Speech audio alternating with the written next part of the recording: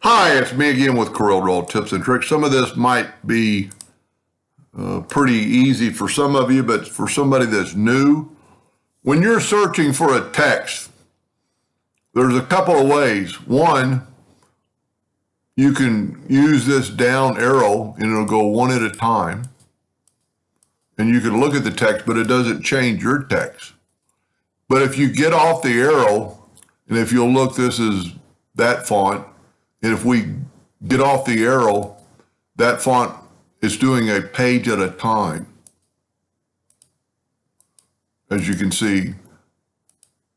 And you can look at fonts. Now, if you click on your font and you go to your font and you go right here, you can arrow down with your arrow key. Some of these don't have capital letters, that's why it's not working. But you can look at your word with the text.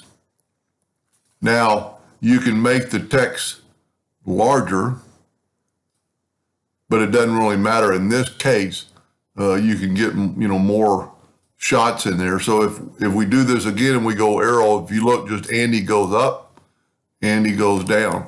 But if you click right here, Andy goes out of the picture. So if we go, whatever that font is, well, I have to make it actually bigger so I can see it. So that font right there will go to the top.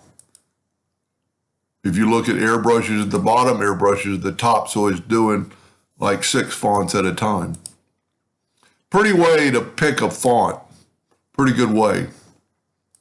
Anyway, I hope that helped just a little bit. Thank you for watching.